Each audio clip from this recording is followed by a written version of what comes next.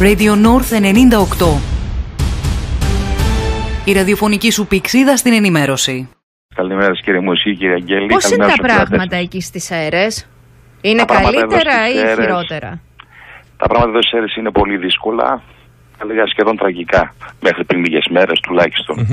Όσο έχει κατάσταση στο κομμάτι το υγειονομικό και τα κρούσματα του COVID. Αυτή τη στιγμή το νοσοκομείο Σερών στο σύνολό του 9 κλινικές λειτουργούν ως κλινικές COVID. Γίνεται μια μεγάλη προσπάθεια από το υγειονομικό προσωπικό, γιατρούς, νοσηλευτές, βοηθητικό προσωπικό, στην κατεύθυνση να μπορέσουμε να αντιμετωπίσουμε την όλη κατάσταση. Δεν είναι εύκολα τα πράγματα. Δυστυχώς το νοσοκομείο Σερών δεν ενισχύθηκε όταν έπρεπε. Ναι, τα είπαμε χθες με τον πρόεδρο εκεί των εργαζομένων. Δεν ενισχύθηκε ούτε πιο μπροστά, όταν είχαμε σοβαρά προβλήματα με ανσιολόγους και βασικές ειδικότητες γιατρών στο να μπορούν να γίνουν τακτικά χειρουργία και γενικότερα να εξυπηρετείται ο νομός Σερών. Άρα εδώ, κύριε Αβραμάκη, με συγχωρείτε που σας διακόπτω, αναγνωρίζετε μια διαχρονική ευθύνη, έτσι? Κοιτάξτε, η ευθύνη διαχρονικά πάντα τα νοσοκομεία. Έχουμε πει πολλές φορές ότι το είναι το καλύτερο. Εμείς ήταν το καλύτερο όσον αφορά την παροχή υγείας σε ένα δημόσιο αγαθό όπως είναι η υγεία. Αλλά είναι γεγονός ότι τουλάχιστον η ΣΥΡΙΖΑ έκανε κάποιες προσπάθειες ενίσχυσής του μέσα σε μνημονιακές περιόδους. Περιμέναμε και είχαμε κάνει μια προκήρυξη 2.500 γιατρών, η οποία περιμένουμε να εξελιχθεί και αυτοί οι γιατροί σήμερα είναι ήδη στο σύστημα ενταγμένου του ΕΣΥ και να βοηθούν. Δυστυχώς η κυβέρνηση δεν προνόησε. Μπήκε σε μια άλλη λογική να επαναπροκηρύξει σχεδόν τις θέσεις των γιατρών, το ίδιο και στο νοσοκομείο Σερών, με αποτέλεσμα όλο αυτό το διάστημα, τον 1,5 χρόνο, να μην γίνει καμία ουσιαστική προσθήκη ιατρικού προσωπικού στα πλαίσια ενίσχυσης του νοσοκομείου. Και πολύ περισσότερο σε εποχές πανδημίας και εποχές που δυστυχώς το δημόσιο σύστημα υγείας έχει φτάσει στα όρια του λόγω έλλειψης προσπάθειας από πλευράς της κυβέρνησης να το ενισχύσει, να το στηρίξει, να το θωρακίσει όπως θα έπρεπε και πώς θα όφιλε.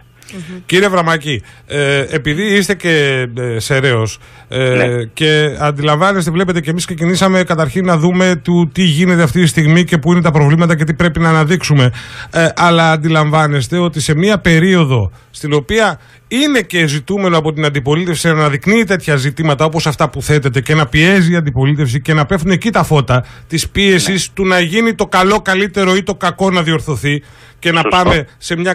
Βλέπετε ότι υπάρχουν στιγμές που κάπου και εσείς την μπάλα την χάνετε, και δεν λέω εσείς απαραίτητα στο ΣΥΡΙΖΑ, αλλά γενικά ο χώρος, γιατί είδαμε το περιστατικό αυτό με την Αυγή, το πρωτοσέλιδο, το οποίο προκάλεσε πάρα πολλές αντιδράσεις, και επειδή είστε και σεραίος, θα ήθελα ένα σχόλιο δικό σας. Βγήκε ο κύριος Καραμανλής που είναι σεραίος υπουργός, έκανε τα δικά του σχόλια, αλλά θα ήθελα και το δικό σας σχόλιο, γιατί όντως ήταν μια κακή στιγμή αυτή και η Αυγή δεν είναι μια τυχαία εφημερίδα, είναι τυχαία που συνδέεται επίσημα με το ΣΥΡΙΖΑ. Κοίτα, θα είμαι ξεκάθαρος.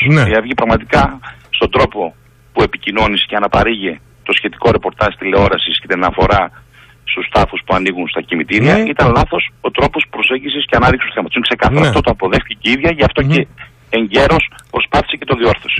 Αυτό το καταλαβαίνω και το κατανοώ. Και το έχουμε πει πρώτοι εμείς και η ίδια η Αυγή το αναγνώρισε. Από εκεί όμως και μετά, από το να μας πουλάνε το δάχτυλο σήμερα και να μας υποδεικνύουν το τι έπρεπε να κάνουμε και πώς οφείλουμε να συμπεριφερθούμε στη λογική της υπευθυνότητας, θεωρώ ότι είναι μεγάλη απόσταση.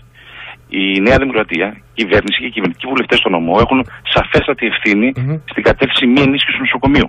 Έχουν σαφέστατη ευθύνη στο γεγονός ότι φτάσαμε εδώ που φτάσαμε. Είτε συνολικά ως κυβέρνηση, είτε αποσπασματικά ως βουλευτές που κινούνται σε ένα νομό της Βορείου Ελλάδος. Για να μην επεκταθώ περισσότερο στο κακό δημοσίευμα που ήταν μια κακή στιγμή και η Αυγή το πήρε πίσω, όπως είπατε κι εσείς. Αλλά δεν εστιάζουμε στην ουσία, κύριε Μωυσή. Ακριβώς στην ουσία θέλω να φτάσω. Όχι, στην ουσία θέλω να φτάσω. Το ουσιαστικό ερώτημα που προκύπτει από αυτό, κατ' εμέ, είναι κατά πόσον εσείς εκτιμάτε και ακούτε την κριτική που λέει ότι υπάρχει ένα θέμα, μια αγωνία του ΣΥΡΙΖΑ, βλέποντας την απόσταση δημοσκοπήσεις όπως καταγράφεται, να βρει αντιπολιτευτικό πάτημα αντιπολιτευτικού λόγου, και κάπου εκεί στην προσπάθεια του ΣΥΡΙΖΑ να ενισχύσει την αντιπολιτευτική του θέση έρχονται και πατάτες αντιπολιτευτικές. Όχι, κοιτάξτε να σας πω. Εμείς δεν κάνουμε αντιπολίτευση για αντιπολίτευση, το έχουμε πει πολλές φορές.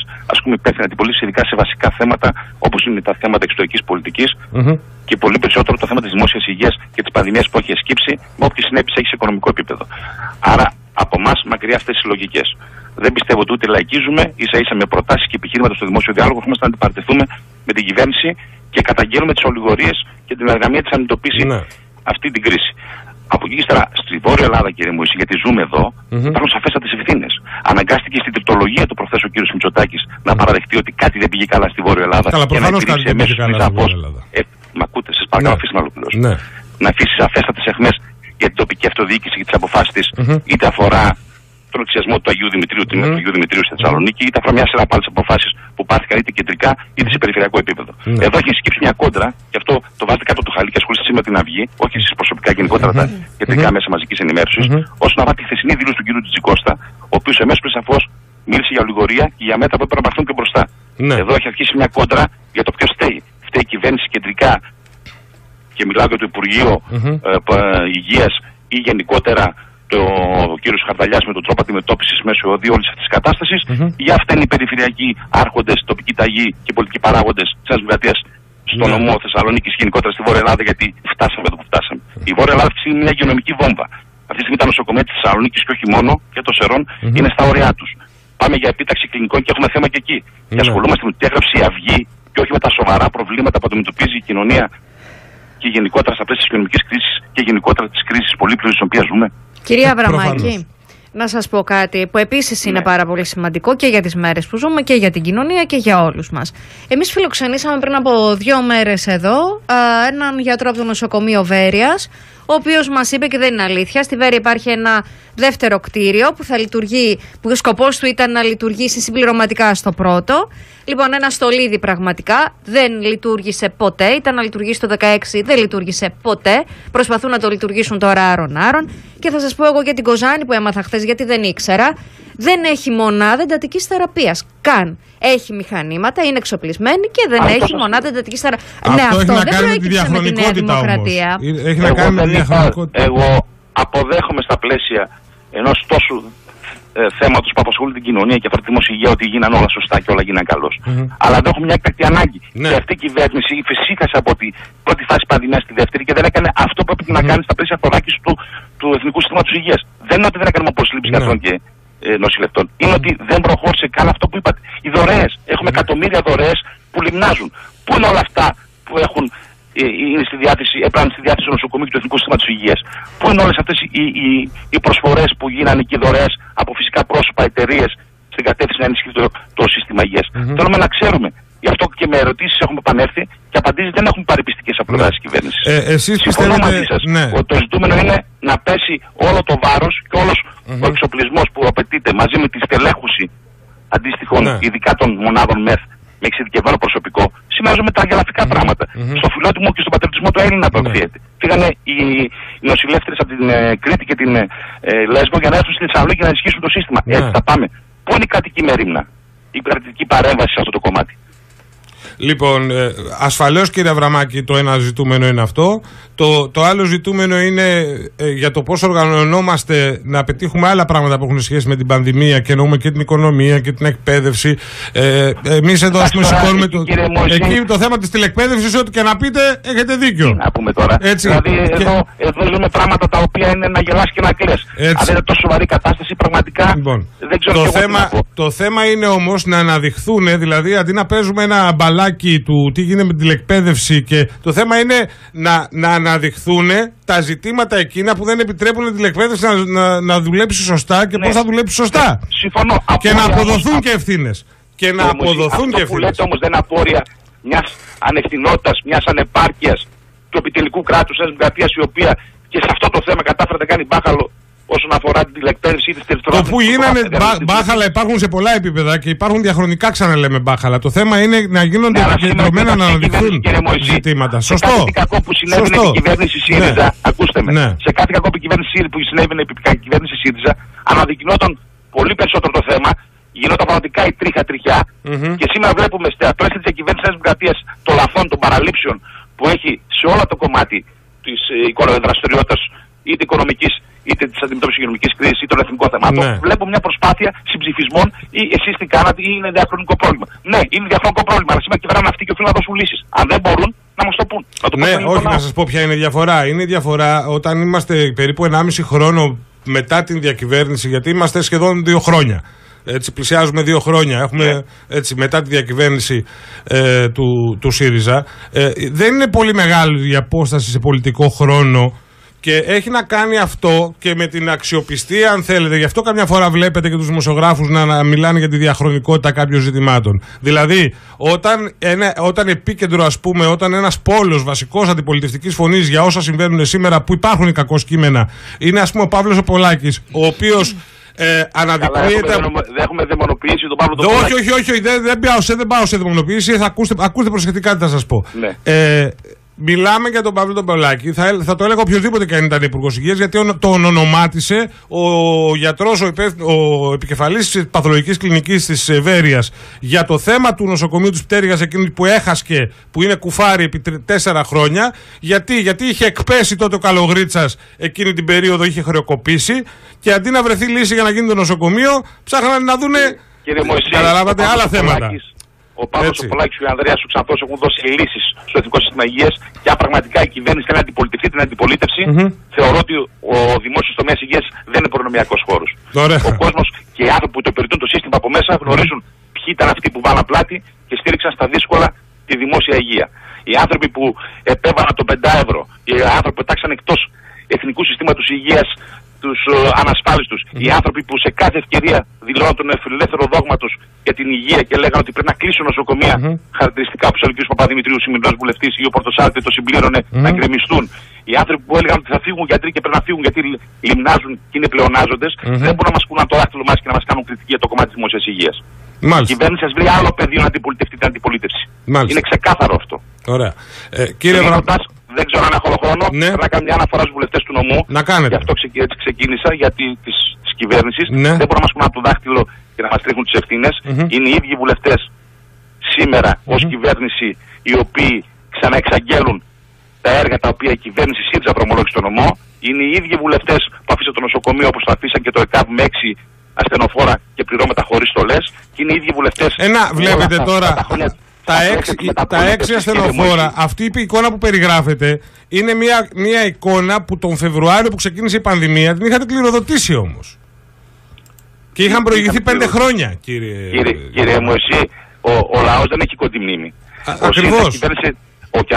Ο ΣΥΡΙΖΑ κυβέρνησε 4 χρόνια στα πλαίσια της μεταπολίτευσης μετά από 40 χρόνια διακυβέρνησης Νέας Δημοκρατίας και ΠΑΣΟΚ. Γι' αυτό ξέρει πολύ καλά τι να χρεώσει και τι να πιστώσει τον καθέναν. Ναι, αλλά βλέπετε εσείς τι κάνετε τώρα. Για τα 5 χρόνια, εσείς παραπέμπετε στα 40 χρόνια της μεταπολίτευσης. Θα απαντήσω πάνω στη δικιά σας λογική. Εγώ συμφωνώ ότι θα κριθεί και κρίθηκε η τετραετία του ΣΥΡΙΖΑ. Ναι. Το θέμα είναι και τα 40 χρόνια κρίθηκαν όμως. Και τα 40 χρόνια είχαν κριθεί πάρα πολλές φορές. Μα γι' αυτό σας λέω. Ναι. Άρα πρέπει να είμαστε σωστοί στην αποτίμηση και να αποδίδουμε τα του Κέσσερου στο Κέσσερι. Και είναι οι ίδιοι βουλευτές κλείνοντας με αυτό που έχουν φέρει τον νομό Σερών στην τελευταία θέση του κατακεφαλαίου εισοδήματος και στην ανάπτυξη. Ναι. Και βέβαια έχει και μια συνολική ευθύνη το πολιτικό σύστημα που ρίχνει το βάρος. Γιατί προχθές, ας πούμε, ήταν αστείο το σκηνικό στη Βουλή να συζητιέται η άρση να γίνεται ένας μεγάλος ντόρος για την άρση ασυλίας 2 βουλευτών για τα πανηγύρια. Κοιτάξτε, εκεί υπήρχε ένα θέμα, έχουν απαντήσει οι βουλευτές και της Αντιπολίτευσης και η σύντροφισσα η Γιώτα Υπούλου. Δεν θεωρούν ότι συμμετείχαν με αυτή την έννοια. Εκεί ας πούμε. Αλλά υπάρχουν ευθύνες, θα διερευνηθούν οι ευθύνες. Ναι, αλλά και εκεί ας πούμε βλέπετε ένα θέμα που θα έπρεπε να είναι τυπικό, μια τυπική διαδικασία και να διερευνηθούν οι ευθύνες και να τελειώσει. Έρχεται ο ΣΥΡΙΖΑ και το μετατρέπει ο ΣΥΡΙΖΑ με τη δική του στάση σε θέμα, διότι ψηφίζει ναι στην ασυλία του ενός βουλευτή και όχι στην ασυλία του άλλου βουλευτή με την αιτιολογία ότι δεν έσυρε το χορό. Δηλαδή αυτά είναι αστεία πράγματα κάπου. Καταλάβατε. Εγώ δεν θα μπω σε αιτιολογική, ούτε θα προσπαθώ να πείσω για κάποια πράγματα αν ισχύουν ή όχι. Ναι. Εγώ αυτό που έχω να πω. Όχι, εσείς θεωρείτε σοβαρό το επιχείρημα ότι δεν άρεται η ασυλία γιατί δεν έστειλε το χορό, ας πούμε, ενώ ο άλλος τον έσυρε. Ενώ παραβρέθηκαν στο ίδιο πανηγύρι. Θεωρώ και πιστεύω ότι αυτά είναι ίσονο σημασία θέματα που συζητάμε σήμερα. Σήμερα η πολιτική σκηνή έχει ανάγκη από άλλες παρεμβάσεις σε άλλο επίπεδο. Κακώς γίνονται ό,τι γίνονται στο πνεύμα και στη λογική που λέτε, αλλά δεν είναι αυτό το ζητούμενο σήμερα. Πάντως και αυτά τα βλέπει ο κόσμος, κύριε Αβραμάκη. Τα βλέπει και αυτά. Όπως ο κόσμος βλέπει τον κύριο Μητσοτάκη στη Βουλή να απευθύνεται στον αρχηγό της Αξιωματικής Δήλωσης και να του πει ότι το πρόβλημα δεν είναι ο Πολάκης, είναι ο πολακισμός, αναφέροντας την αθυρροστιμία, αλλά μια αθυρροστιμία που εδράζεται στην ηθική, στην ετοιμότητα και στην αλήθεια. Δεν είναι αθυροστομία. Όχι κύριε Αβραμάκη.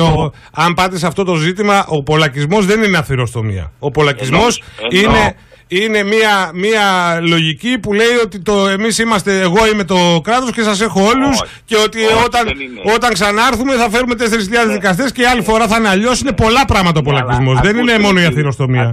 Αθυρώστομοι υπήρξαν πολλοί, κύριε Αβραμάκη. Μισό λεπτό. Απέναντι στον πολακισμό που εσείς λέτε και τον περιγράφετε με τα δικά σας λόγια, ναι, δικά σας σκεπτικό και λογική, υπάρχει ο μητσοτακισμός που είναι ο επιφανειακός καθοσπρεπισμός, που όμως από πίσω του κρύβει υποκρισία, ψέμα και ρεμούλα. Αυτή είναι η αλήθεια, κύριε Μωυσή. Ναι. Ναι, τώρα πάλι θα με κάνετε να πάω στο νοσοκομείο της Βέρειας, διότι ο κύριος Πολάκης ήταν αυτός που τότε θα έπρεπε... Ναι, θα έπρεπε να είχε λειτουργήσει... Μιλάω γιατί εκεί στο νοσοκομείο της Βέρειας ήταν εμπλεκόμενος και ο Καλογρίτσας, ξαναλέω. Κοιτάξτε, που χρεοκόπησε και με το νοσοκομείο έτσι, γιατί χρεοκόπησε, γιατί προσπαθούσαν κάποιοι να κάνουν κανάλι τότε. Κύριε Μωυσή, οι Θεσσαλονικοί, στους οποίους μας ακούν, δεν έχουν κοντομνήμη. Ξέρουν ποιοι έκλεισαν και το Λιμωδόν και το Παναγία και άλλα νοσοκομεία. Ξέρουν πολύ καλά, σας είπα, τι να χρεώσουν και τι να πιστώσουν στον καθένα. Μάλιστα. Ωραία. Ο Άδωνος Γεωργιάδης και τι έλεγαν οι πρώην υπουργοί της Δημοκρατίας και τι κάνανε με τον κύριο Αβραμόπουλο τα 16 εκατομμύρια εμβόλια και δεν συμμαζεύεται. Να μην τα θυμηθούμε όλα τώρα. Εντάξει, κύριε Αβραμάκη, ως φιλοξενούμενος στον τελευταίο λόγο, να είστε καλά. Ευχαριστούμε πολύ για την επικοινωνία. Καλή συνέχεια. Γεια σας. Καλή σας μέρα. Γεια σας.